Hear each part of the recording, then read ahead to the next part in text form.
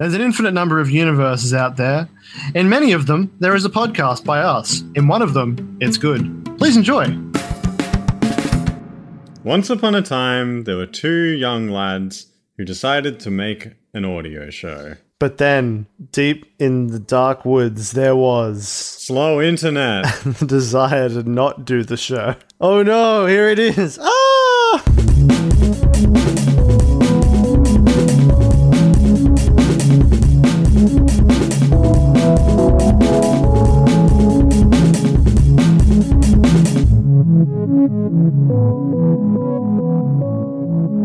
Hello and welcome to But Yeah with Eamon and Zeb. I'm Eamon. And I'm Zeb. And today is February 26th. It's Tell a Fairy Tale Day. It's that wonderful day where you go down and you say to someone, you want to hear a fairy tale? And they'll be like, heck yeah, I do. Yeah, the official description is gather around the fire. I'm assuming they mean like a campfire or a house. I assume it... like an internal housewarming we fire. don't think it's going to say, or a house fire. Yeah, or a house, like just any fire. Like if you see some fire. There's a fire. Whenever you see a candle, whenever you see fire, you have to tell a fairy tale. That's the rule. That's the rule. And make yourselves comfortable. Tell a Fairy Tale Day is all about exploring myths and stories, old and new. From grim, parentheses, extra M, tales to urban legends, tap the dark corners of your subconscious and see what you find. Spooky. Man, they should have... I wish they had this written out like it was a fairy tale. That would have been cool. So I really like about TV Tropes and Idioms, that website. Sometimes their articles are just the trope, but written out as if it is the trope. Oh man, I've got 2 days to retirement, but I've got to post this trope up online. Yeah. Here's the trope. It's 2 days to retirement and it appears in a whole bunch of movies, especially Lethal Weapon. Yeah. It's just a whole big list of Lethal Weapon references. And then at the end, there's a note from the editor saying the guy died 2 days later before he had retired. Incidentally, this is another trope. Here's a link. So let's talk about fairy tales. Oh, well, in celebration of fairy tale, I guess. It's funny how, like, we all have a lot of overlap, but then there's always weird little distinctions. Like, some people have generally heard weird stuff that other people haven't.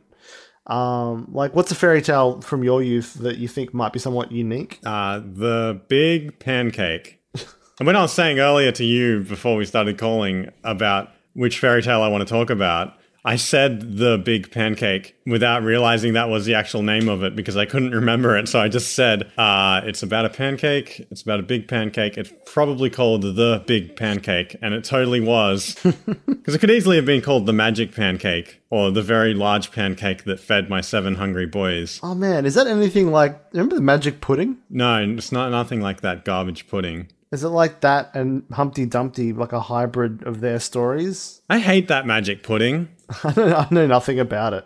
It puts so many people through so many trials and tribulations, and then it doesn't do anything for anyone. Like, for example, what? What's it do to people? It's just people always trying to eat it, and it's always refusing to let them eat it. Wait. So, like, if some guy was like, oh, I'm going to eat you, and you're like, nah, you're putting them through trauma? No, but... So this pudding, by virtue of its existence, just deserves to be eaten. Yes. If I could, like, generate more of my body to feed the hungry nations... Wait. I think I would have a responsibility to the world to do that. It can just infinitely make more pudding? Yes. Why don't they just put that sucker in a bottle and turn him upside down so he's just constantly pouring more pudding? It lives in a bowl. It's a very angry pudding. Wait. And it lets its friends eat it. Wait, it's in the bowl? It's in a bowl. I thought its face was on the bowl.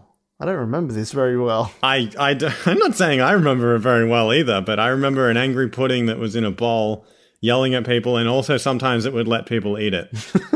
So is that what the pancake story's like too? No, so the Big Pancake is about my 7 hungry boys waiting for the pancake to cook, and then the pancake escapes, and I think the boys are chasing it, and then other people start chasing this big pancake, and then eventually it gets to the river. Yeah. And it realizes that it needs to cross the river, I guess. And there's like a wolf or something that's like, I'll take you across the river, as there always is. Oh man, so it's the standard wolf carrying anything across a river or a fox. It's weird how they always wait at the edge of rivers. They're really entrepreneurial, I guess. But in the sense that they're like, I can reliably wait for sentient food. Well, it's obviously a metaphor for the early medieval times when people would ferry people across the river and they were very untrustworthy. So you'd be like, can you take my boy across the river? And they'd be like, yeah, sure can, miss. And then halfway across the river, he'd eat your boy. So it's like a warning for that. But yeah, the big pancake tries to cross the river on the wolf's nose, I think. And then obviously we all know what happens. Wait, it's a big How big is the pancake? This is a very big pancake. Can a wolf's nose carry such a big pancake? I don't know. You're the scientist. There's too many variables at play here, but I'll take your word for it. Let me get a picture up of this wolf carrying this big pancake. There are a number of conflicting images on how big this pancake is. There's also... Just give me is it as big as a car? That's the problem, is sometimes it's as big as a car, sometimes it's as small as a pig's head. Okay, let's say it's as big as a car, and the wolf is thus also big enough. Okay, just to clarify... It's a car-sized wolf. Most of the time it's not a wolf, it's a pig carrying it across the river. Wait, what? Pigs are untrustworthy too now? I never thought of pigs as... Oh, no, that's not true. You ever read Animal Farm? No. That's another fairy tale that could be at play here. Let's finish this one before I go on to that, though. So the other thing about the big pancake is sometimes the people in the cartoons are cartoony-looking people. Sometimes they're hyper-realistic looking, like they just came out of an old TV show. I hate those. I hate it. I hate hyper-realism. Sometimes the pancake is real big, like the size of a... What's a good car? A Ford? A ute? Speed Boy. A pickup truck in America? Sometimes it's as big as a Ford Speed Boy 92. But then sometimes it's as big as an iMac laptop from 2003. Point is, it's a big pancake, and it crosses the river and gets eaten. That's the story. I think the moral of the story is don't invest your entire day into this very big pancake that's coming past. Yeah. Because everyone wastes a lot of time chasing this big pancake. And there's only going to be one winner in the end. It's the theme in general. It's funny how it's always like something getting eaten with fairy tales. Like, I feel like, I guess the lesson of that one is, like, what does it tell the kids? Because fairy tales are about, like, telling kids to do a thing, essentially, like 9 times out of 10. Yeah, I mean, the problem with this fairy tale is usually in fairy tales, the parents are telling the kids not to do the thing and then they just do it. Yeah. But in this case, the parents are like, well, go get the pancake. I guess the pancake's a metaphor for the kid. They're saying, don't try to escape across a lake, you'll get eaten. Yeah, don't ride a pig across a lake. That you cannot trust them. They get eaten, and everything's always, you'll get eaten. Kids will get eaten. Hansel and Gretel, they got eaten. You know why? Because they went to the woods. You know who else gets eaten? Rapunzel, because she's in a tower, and she left the tower, and she got eaten. Yeah, we all remember our favorite fairy tales where at the end, the heroes of the story just get vored by the evil guy. Yep, just everyone gets eaten. Just gobbled up. Yeah. Can we make a... Can we make a kid's book where at the end the hero just gets swallowed by whoever was the antagonist? You mean every fairy tale? I mean, yeah. I mean, can we like Harry Potter, but he gets eaten at the end? Yes, Harry Potter, but at the end, or he eats Voldemort. Yes, Harry Potter, but at the end, when they're having their big wand fight, where like the green light is hitting against the red light. And the sparks are flying. Eventually, the beam like hits Voldemort, and he falls over. And then Harry Potter casts levitate on him and shrinks him down, and then swallows him. I mean, that's cool. That's also like does he just eat him like horribly, or like does he turn him into a chocolate bar, like Dragon Ball Z with like Majin Buu? Or he just turns as his power, he turns everyone into chocolate and eats them. God, what? And then he's more powerful because of it. Do you ever watch Dragon Ball Z? Not properly. Obviously. There was a villain which was a big pink blob man called Majin Buu. He'd turn people into chocolate and eat them and then get all their powers. That's how he absorbed them. Is that what that guy did? Yeah, that was his thing. When did that happen? All the time, constantly. Jesus. He ate everyone. At one point he ate everyone but like Goku and Vegeta. Actually ate everyone, literally everyone. Holy shit. But they fought their way out of him. What? And yeah, no, they literally got turned into like chocolate bars and he ate them. Oh my god. But yeah, I think Harry, he turns Voldemort into a chocolate small Voldemort. And he eats him and he has a trading card that he gets to keep. Mass produces it and becomes really rich. These are Voldemorts. Everyone's like, I want Voldemort. I think we can do a collection of children's stories involving being eaten. It's all of them. It's just regular stories. Yeah, I guess. It's regular kid stories. They all teach a lesson, which is don't go out in the woods, don't cross rivers, don't do the thing. Yeah, and the reason is because you'll get eaten. But yeah, Animal Farm. I mean, for real, if you look at the history, a lot of like the social information was to do with not getting eaten. We're spending too much time on this eaten thing. Well, like if back in the day, if you left your house, there was a much higher risk of being eaten that day than there is now. Yeah. By like a wolf or a bear. Yeah. Or like the king if he was having a bad day. Yeah. Anyway, Animal Farm. Animal Farm.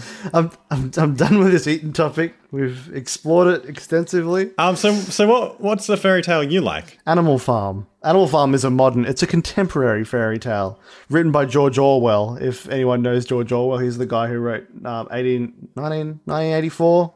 There's this dystopic horror future world that technology means we're all dead. You know, that's how.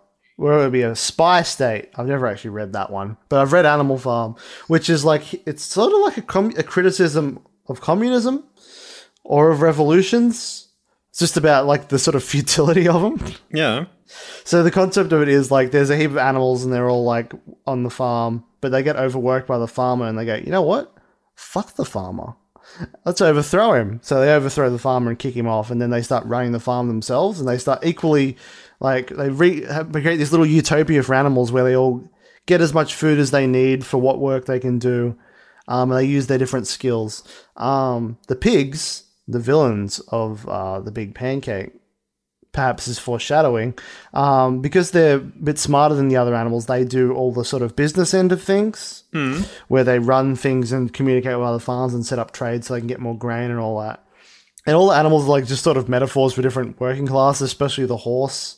And they they set up this whole program of retirement at a certain point, but then they keep getting the horse to work harder. Wait. And then the horse disappears one day. What class does the horse represent? The working class. Ah. And the horse disappears one day, and then they're all what happened to the horse? But most of the other animals just are kind of dumb, and they have short attention spans. And the pigs have this sign on the wall which has all the rules. Yeah.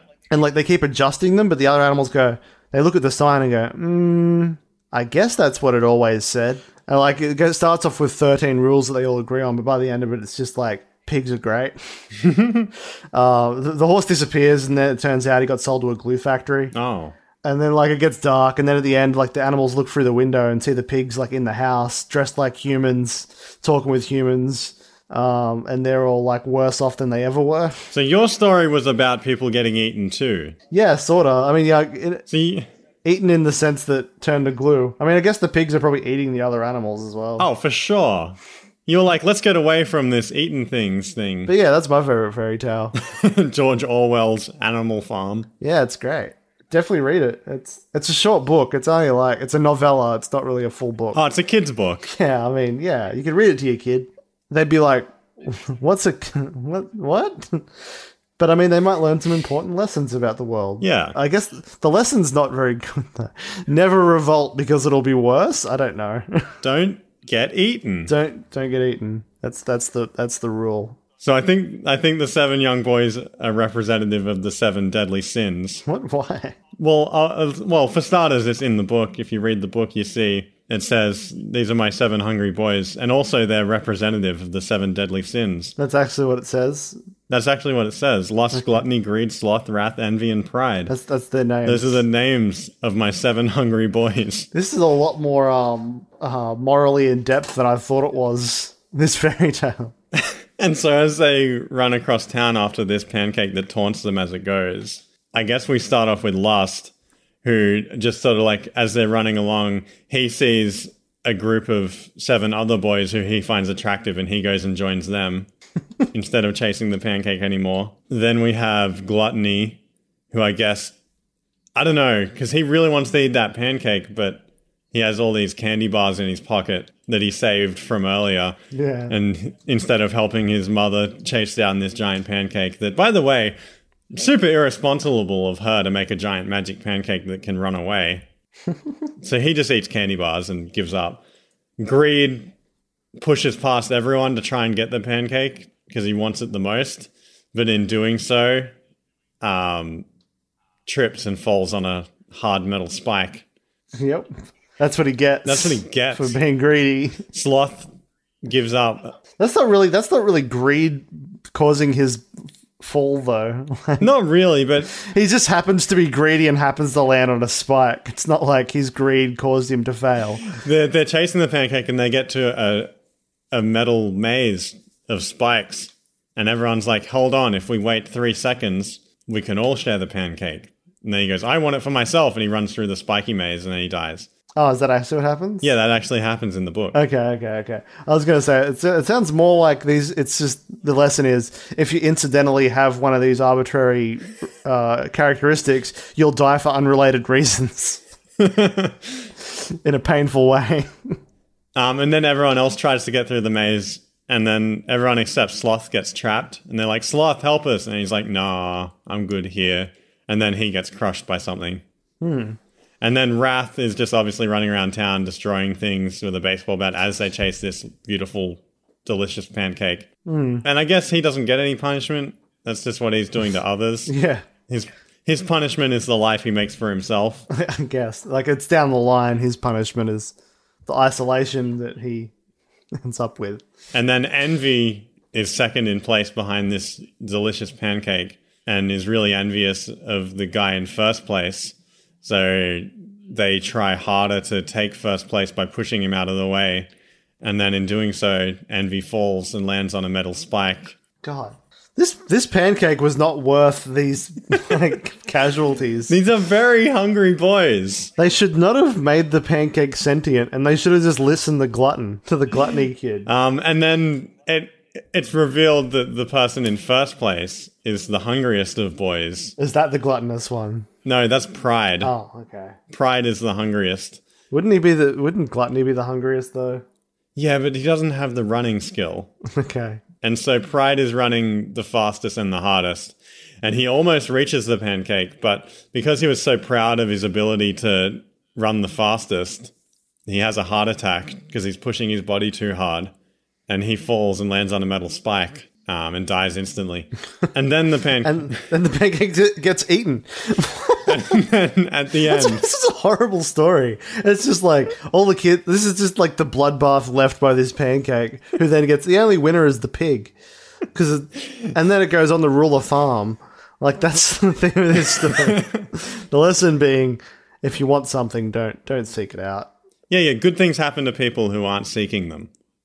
If you try too hard, like these 7 deadly sins hungry boys... Except for the sloth kid. But they should have had a kid that was really pure and didn't have any of the sins who won. To illustrate that no one wins. The pig won by being a sneaky shit. that's the... So the one sin which doesn't get you killed is sneaky. Yeah.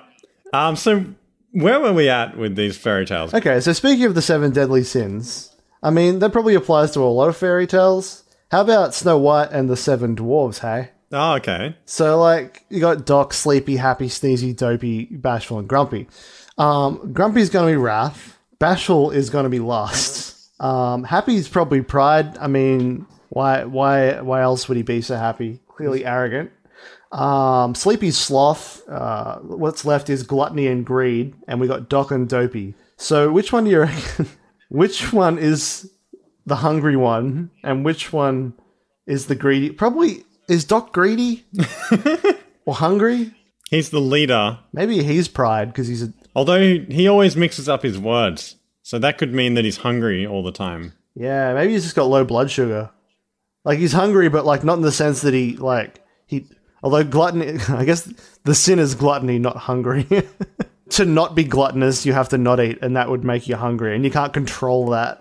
Hold up. Maybe Dopey doesn't speak. He's a mute because his mouth is always full of candy bars. Yeah, that makes sense. That makes perfect sense. He's always chewing something. So that makes Doc greed. I'm not sure if Doc's greed, though. Anytime Dopey isn't on the screen, he is just gulping down food. Yeah. And then the camera pans onto him, and he has to keep his mouth shut to hide the gross, chewed up meat that's inside there. But Doc isn't greed. I think Doc's pride, and happy is actually greed because they're diamond miners.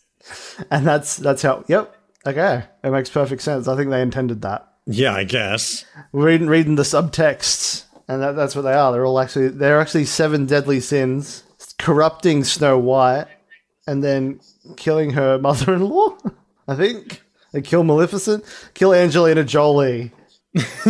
I mean... Yeah, it's never the 7 chase qualities, which they also have as 7. The what? 7 being a whole... Like, that's the opposite to the 7 deadly sins. There's the 7 virtues being chastity, temperance, charity, diligence, patience, gratitude, and humility. Yeah. No one ever has those. They're not real. People are chased because they're really lusty. That's how it works, isn't it? Probably. In fairy tales, anyway, they're going to teach you, here's the good values, then you get eaten. So speaking of getting eaten, let's go get ourselves something to eat. It's time to go to our ad zone.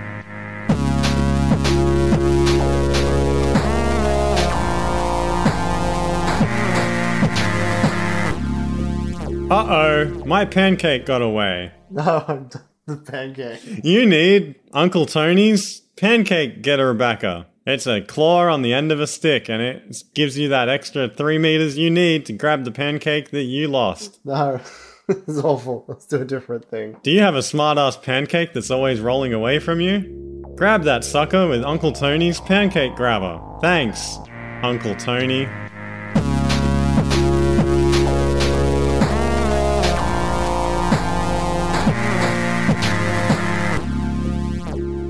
All right, we're back with the But Yeah podcast. What did you do on your break, Zeb? Not much. I just sort of went a bit of surfing around the internet, played around with some Instagram a bit. The funny thing is, this is like the only time we've ever actually taken the break and went away. Yeah. Usually we do a fictional break and be like, yeah, we're still here, like almost everyone else does when they record. Yeah. But this time we actually stopped because everything was just getting too insane with these magic pancakes and these 7 deadly sins.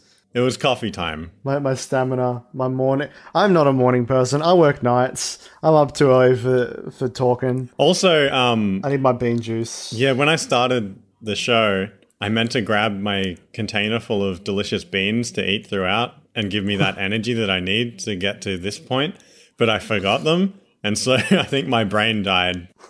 So apologies if you just got off the first half of the show and I talked too much about the big pancake, because that was probably because I was one of those hungry boys. Yeah, I mean, it's that time of day. I actually wouldn't mind a pancake, but I'm very scared it'll run away because I won't catch that shit. I'll be one of those like Cinnaboys and I'll fall on a spike. Like, it's not worth it. It's not worth it. I'm gonna cook food which isn't sentient. And I bought from someone else and didn't cook. I did go to the pancake. What is the store called? Oh, the Pancake Emporium. The Pancake Emporium and Warehouse recently. The Pancake Warehouse. Pancake. I just imagine it's just like rows and rows of shelves, and they just sort of like and they just like extract the giant pancake from there. Yeah, like they have like a cool little mini forklift that like goes up and gets a pancake for you. Oh man. Wait, like, is it the size? Are they still regular sized pancakes? So it's a mini forklift, it's a mini warehouse. Yes. And they go remote like a drone. Yeah. And it drives down, picks up the pancake. Man, that's excellent. So we went and got pancakes at the Pancake Warehouse and realized sort of like we weren't really feeling like pancakes. And the place is called The Pancake. I forget the final word, so let's say The Pancake Warehouse.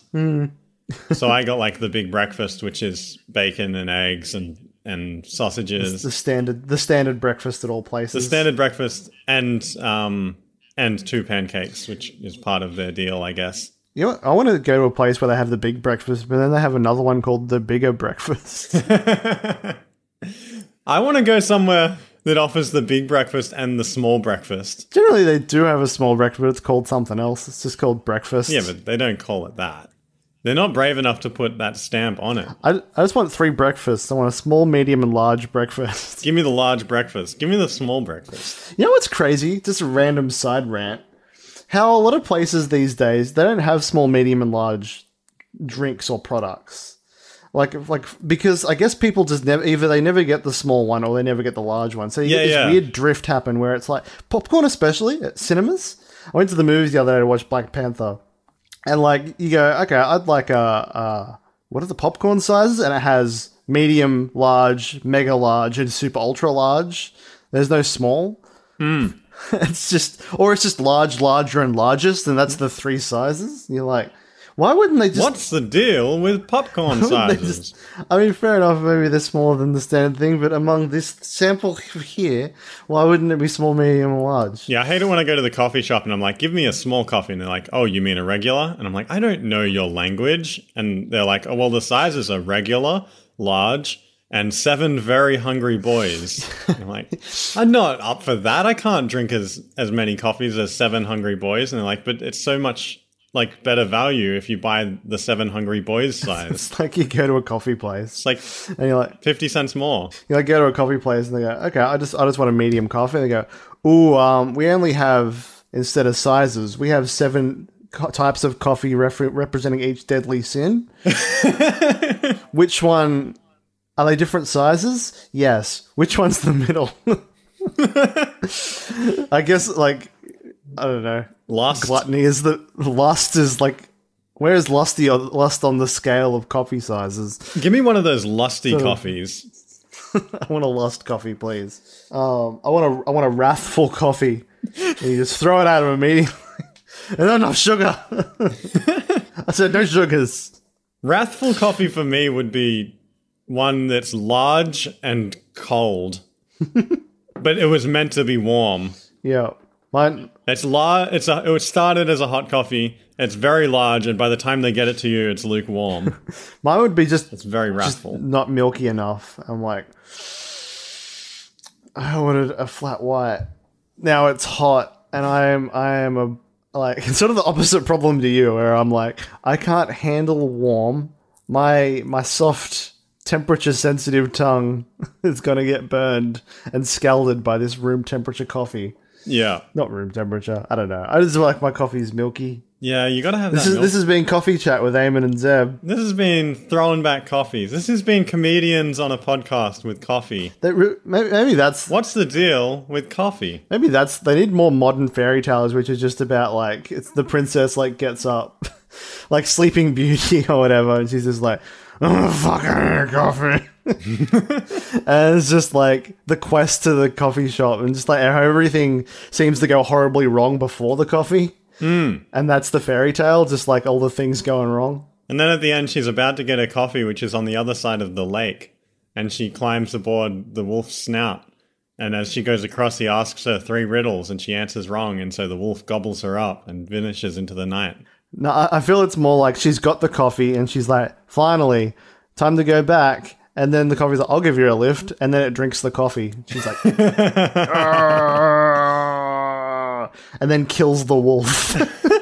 You have the rowboat to get back to your house, and you have to choose to bring your coffee, your wolf, or your bacon. You can only send one across at a time, or the wolf will do the thing. It's like the whole riddle. And wolves love coffee. That's a fact. I mean, there would be a great variation on that riddle, where it's just like, instead of a wolf across the lake, it's just like a friend that you know will drink your coffee. And they're helping you like get stuff to and from your car or something. If we really want to appeal to millennials, we'll have like, you have to send your smartphone across, but you have someone who's going to log onto your Facebook if you do it and send it with them. Like you said, and you also have like a coffee, a phone, and what's the third major item of the modern age? I want to say keys, but yeah, you need to walk across the field. And you have to put everything in your pocket. And you have your coffee, your phone, and very large pack of keys. And you have to figure out which pocket to put your coffee. I think I'm unique in that, though. My keys are the size of, like, 10 keys, because that's what they are, I guess. And you have, like, the keys that, like, janitors in movies have. But it's, like, not even... Like, it only has 3 keys on it. I just like to decorate it with shit. One's literally a yellow tab that everything's rubbed off it. It's just a yellow bit of rubber. And I'm like, I'm keeping that because it represents when I first started uni. What are you doing? It used to say Southern Cross on it. Fix your keys.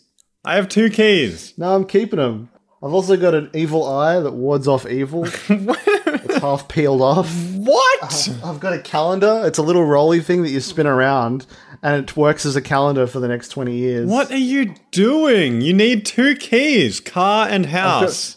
I've got a bottle opener with someone's wedding that I never went to written on it. And I've got my coffee tab and a Coles tab for using trolleys. No, I've got my house key, my car key, my Tamagotchi, my pocket, Your Tamagotchi. my pocket watch. I've got my health bracelet to give people information on what happens if I die. I've got a skeleton key that opens every room in the city.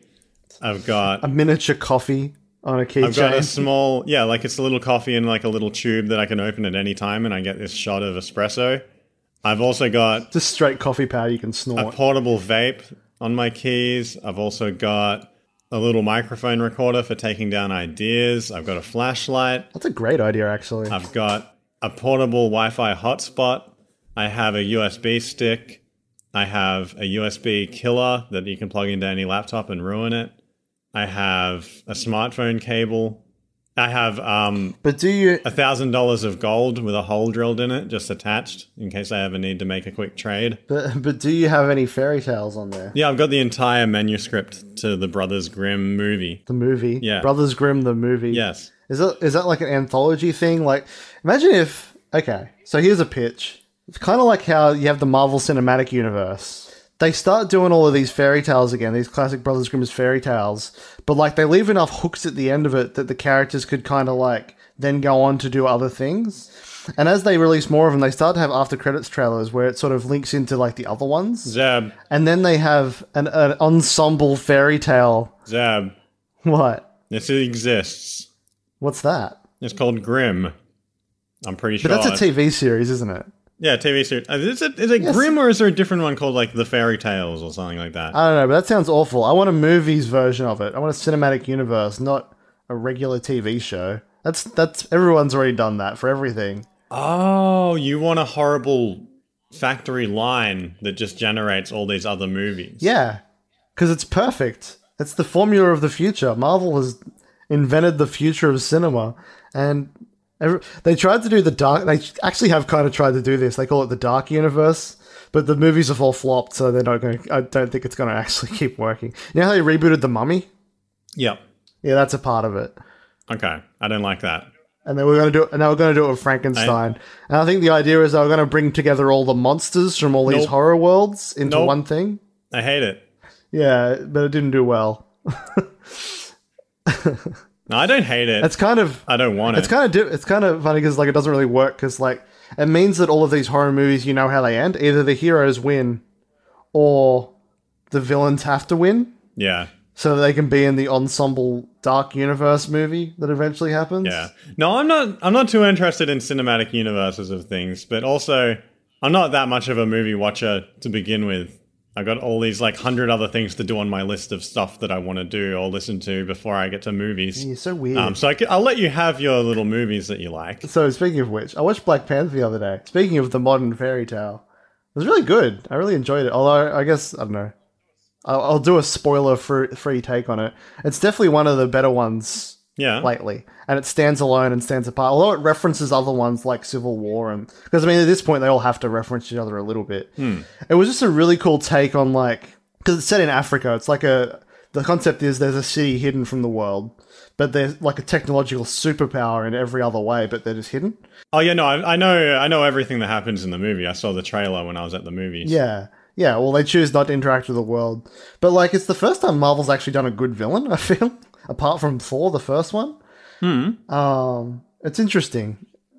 It's really good. And it's kind of like it's funny how... I don't want to go into spoiler territory.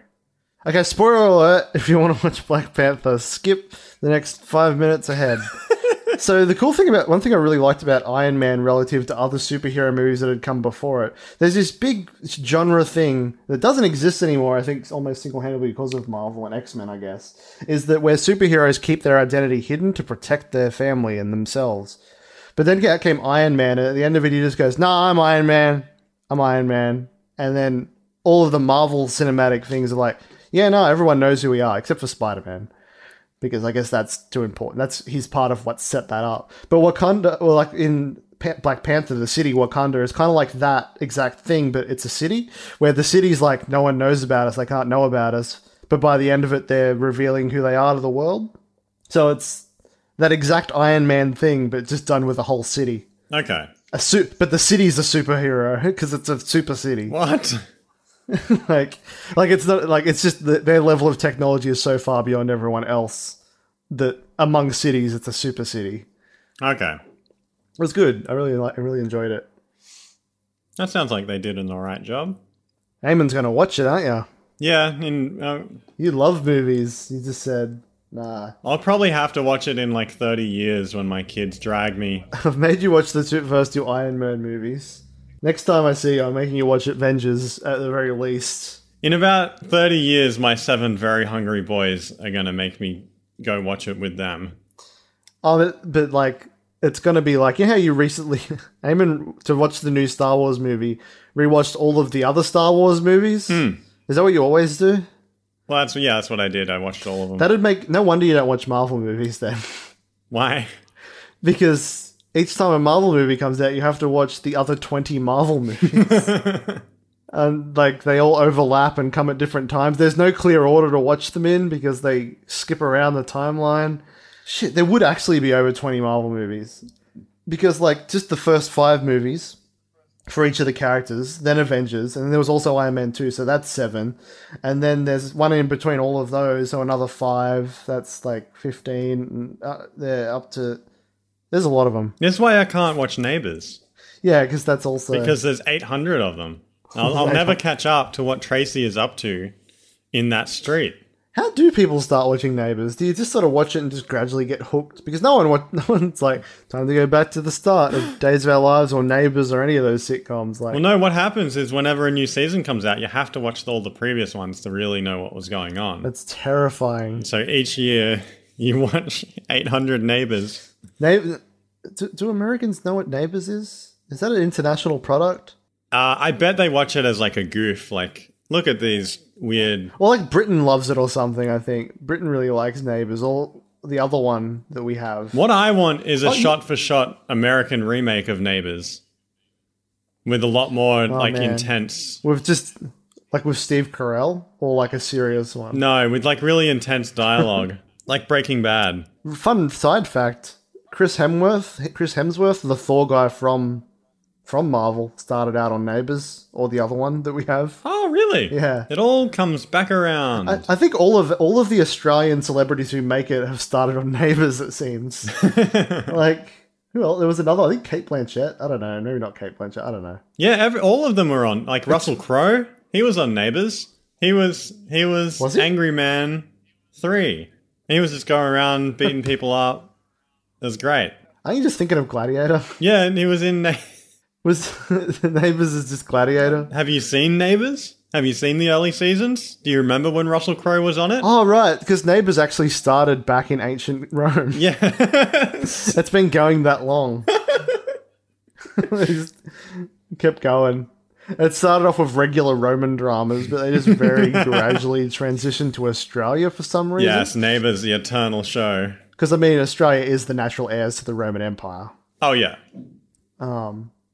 We're known for that. We're a cultural hub. Yeah, we're an international space trading port, but on land. I mean, you're listening to us right now, listener. Yeah, that's our culture beamed directly into your ears. And this is the real deal. This is genuine Australians. We're not just going to drop this accent at any moment and start talking like you. No. This is 100% certified. Plot twist, we're not Australian at all. We're just putting this accent on. We're aliens from an alternate dimension. Yeah, we're just... Have you ever looked close at the word Australian? Yeah. It actually says... Alien in it. Alien. We're actually aliens. Wait, you watched all the Lord of the Rings movies. I guess you were a kid when you watched those, though. That's why. That's a movie series you've watched. Did you watch all the Hobbit movies? Oh, yeah. Yeah, I've watched all of them. What did you think of them? The Hobbit movies were pretty good. They were very long. They were a lot longer than the original Hobbit cartoon that I grew up with. Wait, there was a cartoon? Yeah. Is that like the awful cartoon Lord of the Rings where they were just like real slowly animated, just with real big emphasis on every movement? Yeah, it was awesome. There was a horrible looking Gollum. I just wish that they'd stuck closer to that 40-minute formula. Someone, I didn't watch. I really want to see a recut of The Hobbit to match that cartoon that goes for like 40 minutes. I wonder if it would work better. I watched the first one and I was expecting it to be one movie, and it got to the end and it was a cliffhanger, and I was outraged, and I haven't watched the rest of them because I was just like, I protest to this tiny book being extended into a trilogy. And the reason, of course, we can talk about this is because The Hobbit is a modern day fairy tale. I mean, The Hobbit in particular, more so than Lord of the Rings, is like a fairy tale. Yeah, I mean, He just goes on a. it starts off with Once Upon a Time. Does it? Maybe? Let me check. It might. Or like once there was a hobbit in a hole, and then he came out of the hole. You know, have you read the original Lord of the Rings? No, wait. No, you know how the Hobbit starts? I do know how the Hobbit starts because it starts with. So J.R.R. Tolkien, the writer, was he was a linguist or an anthropologist or something. He was like a science guy. Mm-hmm. Like a social science guy. So the first chapter of The Hobbit is an anthropological deconstruction of what hobbits are as a species. Yeah, and all the weed they smoke. And it's just talking about, and like how they started out ancestrally, and how like there are some hobbits which are slightly taller and maybe genetically related to dwarves, and then there's these hobbits who are a bit shorter, but they're more pale, and then maybe they're elven, and then there's these dwarves which are like the most. I mean, there's these hobbits which are the most hobbity hobbits. Yeah, and this is where Bilbo Hobbitson is from. Yes, I remember hearing the audiobook version of this or reading it. I'm not sure. It sort of blurs. You can read an audiobook anyway. But I was listening to an audiobook of J.R. Tolkien's work. I'm not sure if it was The Hobbit or The Lord of the Rings, but it started out with like the history of Hobbiton and stuff like that. And then like the next like 5 pages was just like, and then this is a species of the dank weed that they smoke, but they like to smoke it with a pipe. Oh, I remember that. And if you travel across to the other towns, you can get this other dank weed, which is a little spicier. It went on for so long. Yeah. I mean, a good writer writes for themselves as much as for the audience. And he clearly wrote what he found interesting, and I mean, it resonated for some reason or another. Like it worked. Maybe. Oh yeah. Maybe not those bits. I mean, they're not the bits we talk about, I guess. I mean, the 70s were. The Hobbit didn't come out in the 70s, but that's what I always think of when. It would have been like the 70s, the 50s. I don't know how old it's right. No, the original Lord of the Rings came out in the 40s. Shit. While he was like dealing with shit to do with the war. Wow. Like an escape. Yeah, 40s to the 80s. Big years for that dank weed. Yeah, that's fair. Like, I mean, either weed or weed. Everyone was on cocaine back then. I mean, that was just in their water. Yeah, it was regular medicine. Like it was medicine. I think it's or at least heroin. I don't know. They were all medical drugs once. So much bad shit was medicine back then. I was looking at old newspapers and it's just awful. Like Freud was was full of coke all the time, I think. That's why he was slipping all over the place. That's why he was such a prolific writer, I think. Anyway, I think it's time to end this recording. One random little thought I just want to throw in there. It's funny how fairy tales have sort of shifted over time. Where you have like the real old, like the original intention of what a fairy tale is like, you know, here's some goblin, it's going to eat some kids, don't do the thing, kids. And like, yeah, even with like Lord of the Rings, it's sort of like the middle stage after that. Like it's not old style, but it's based off that more like Disney sort of stuff where it's sort of the more modern take on them in a sense. Before, like there's still a lesson, but it's sort of longer winded and more indirect and a bit more sort of here's the heroes and act more like them. But now we're at like another stage now where it's like, let's make fun of and deconstruct all of this, where it's kind of like taking that traditional story structure from Lord of the Rings or Disney, but then applying it to like horrible Middle Ages and actually making it real gritty and realistic. Yeah. Like Lord of the Rings is real idealistic for medieval society. Like no one's like shitting in buckets or anything like that or spewing from gonorrhea. But then you compare it to like Game of Thrones, which is the realistic gritty take on Lord of the Rings, where everything's like, oh man, it sucks. Why would I want to be in the Middle Ages? Everyone's killing each other constantly. Like, that's a more realistic take on the Lord of the Rings. Well, although, you know, high fantasy as opposed to sort of rego fantasy. Yeah. I don't know why I wanted to say that. I just find that interesting. No, it's good. How they've changed over time. Where will they change next? They're going to be more postmodern. I love postmodernism. So thanks for listening to our show, the But Yeah Podcast. You can find us online on Twitter at But Yeah Pod, or you can find us on Instagram as well, I think, which is, what's that, Zeb? Yeah, it's same as But Yeah Pod. But Yeah Pod on Instagram. We're going to post some video clips, I think, just of our favorite parts from older episodes. And probably like some special, like exclusive stuff that we record over time. I think we'll put that on there as well. Gonna put some of our audio bits. Other than that, on there. you can email us at butyeahpod@gmail.com. And I think that's it. So we'll see you next time. Bye. Bye.